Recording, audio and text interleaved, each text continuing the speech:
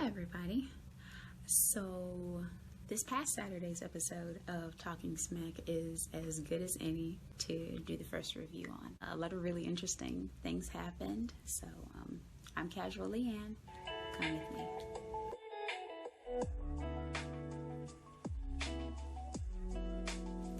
So we get a little bit of opening banter between Kayla and Paul, which isn't really out of the ordinary.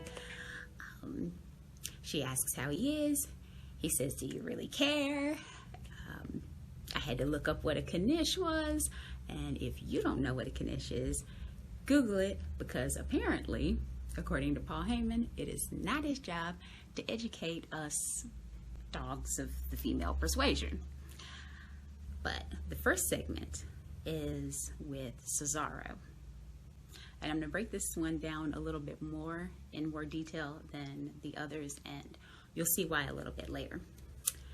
So, they have his opening music and everything, and the camera cuts away. And when it cuts back, Cesaro's already standing in front of Paul Heyman.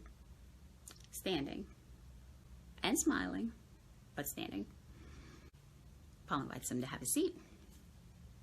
He doesn't take it.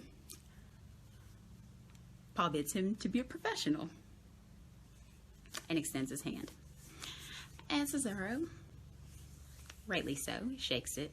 I mean, looking like $1 billion at this point, just as an aside. You know, he's got the navy blue, like a short sleeve button up with the white stitching, the tiny little polka dots. He looks like a billionaire on his way to vacation in the Seychelles, and shakes his hand. Paul at that point reminds him of working together, which I think was a nice little piece of continuity that you don't really get a whole lot, and that he got the better of the deal out of working with him. Then he runs down the pecking order. So it's Jay, then it's Paul Heyman, then it's Roman Reigns. You're not allowed to speak to Roman Reigns directly. And that kind of harkens back to the episode of Smackdown, because Roman looks on Cesaro barely with such disdain, and it's so dismissive. Go back and watch that if you have a moment. But it kind of gives some context and explains that a little bit better. But he says that the words coming out of his mouth aren't fit in Roman's mind to even reach his ears. Oh, that's awful. But that he understands that Cesaro wants Roman's attention, and Cesaro stops him at that point, extends his hand to shake Paul's. So, kind of taking back a little control there. Again, still very calm, cool. He squeezes. He puts his other hand on Paul's arm.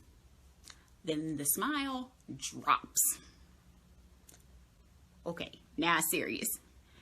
He continues holding onto his hand. Paul is about to wet his pants at this point. He says, "Please be a professional." And Cesaro keeps holding on, and holds on, and holds on. Then pats his hand, and slowly steps out of frame, leaving Paul sitting like a petulant child. So, WWE is notoriously bad about being tough on superstars with strong accents, and a particular type of accent, maybe a little less imperialistic. So people like Drew McIntyre, Sheamus, Jamie Noble, they're fine. And I can mention Jamie Noble because I'm from West Virginia. The accents can be a little thick if you're not used to them. But those kind of accents are fine. Admittedly, Southern accents are part of the wrestling culture. But when it comes to people like Cesaro, Asuka, Shinsuke Nakamura, they're a little bit tougher.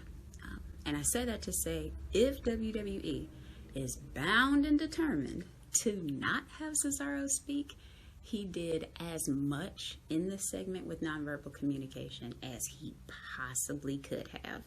I mean, just to have, you know, that face of just cool with like this like magma, like just raging just beneath the surface. Like, it's great. Yeah.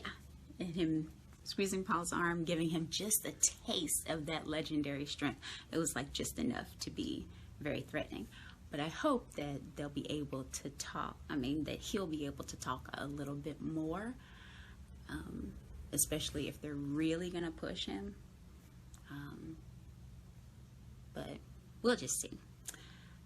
The fans need to become more accustomed to everybody not sounding the same, or everyone not sounding from like they're either from the Americas or the Commonwealth.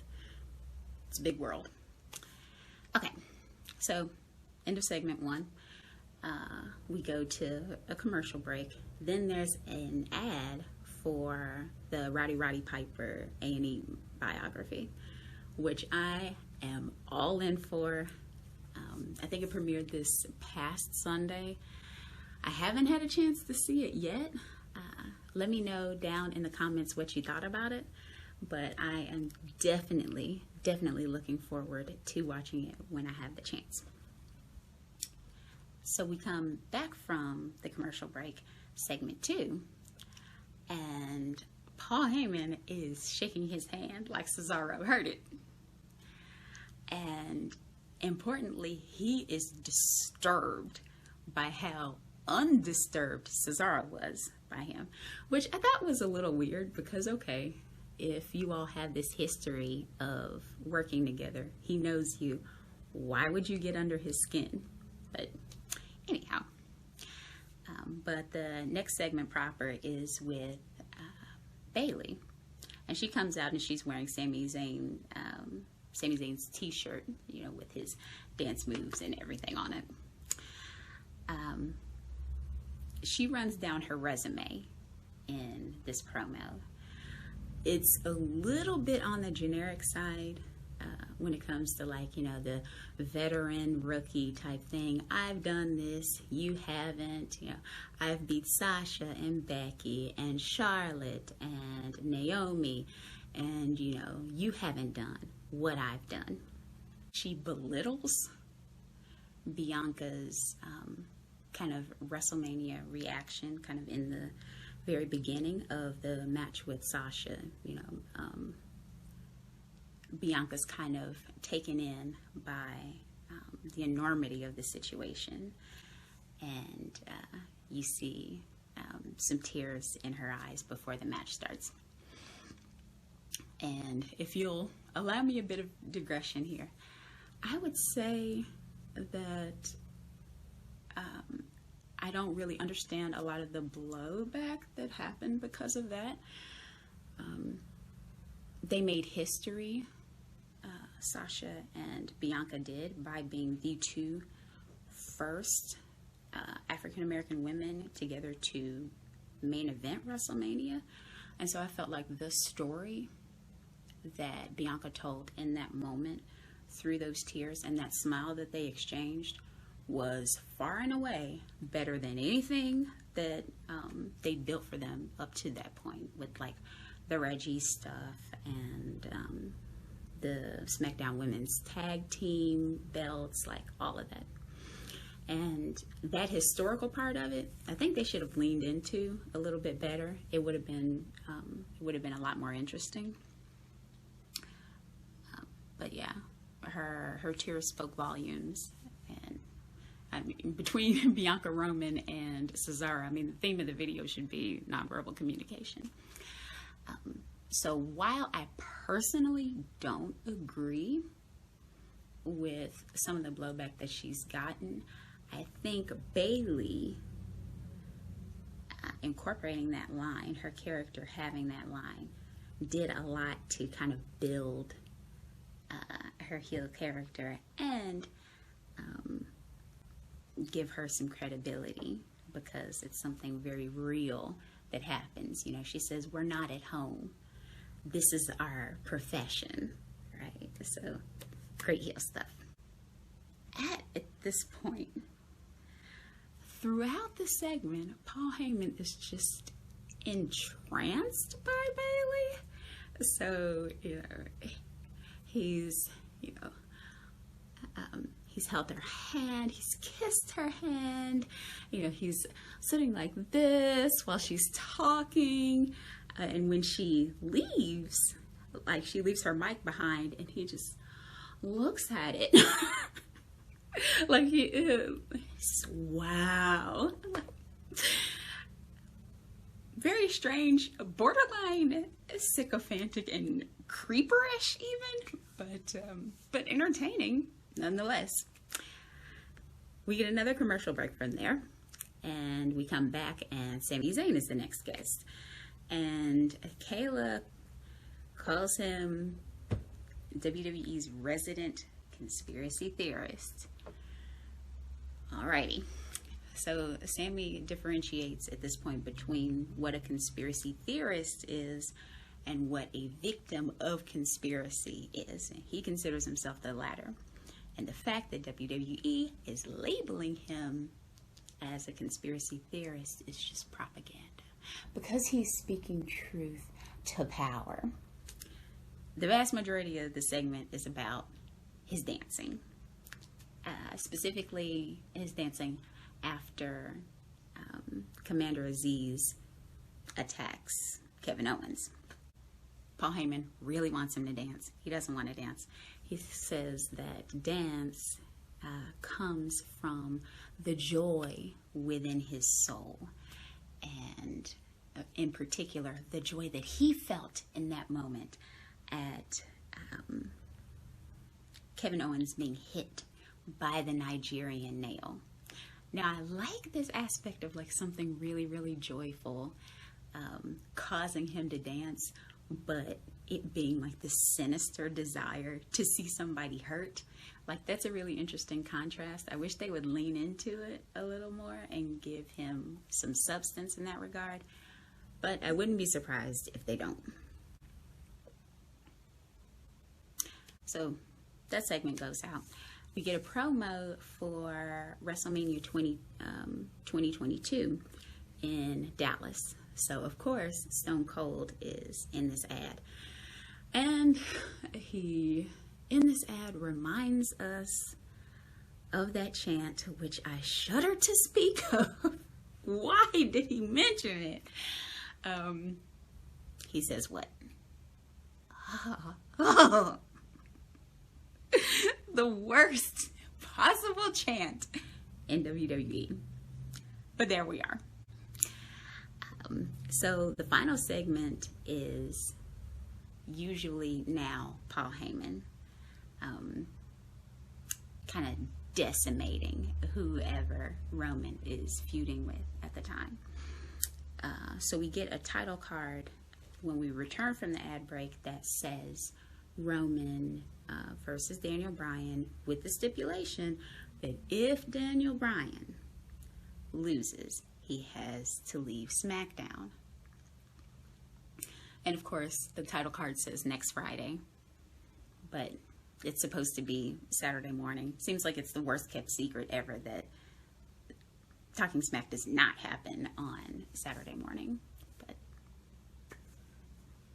anyway, so Paul Heyman does his quintessential intimidation thing, and he says that, you know, Roman was pinning them at WrestleMania was the declaratively most dominating pin. He runs down the verbs, you know, smash 'em, stack 'em, rack 'em, pack 'em, attack 'em, smack 'em, whatever, pin 'em. But Bryan cannot get this through his skull, so Roman's going to victimize him. He says there's no more Daniel Bryan, no more Bryan Danielson, no more American Dragon, no more Brie Bella Baby Daddy. Love the alliteration. He says, if you're a fan of Daniel Bryan, better watch SmackDown because this is the last time that you're going to see him. And throws the reins in. My new favorite gerund.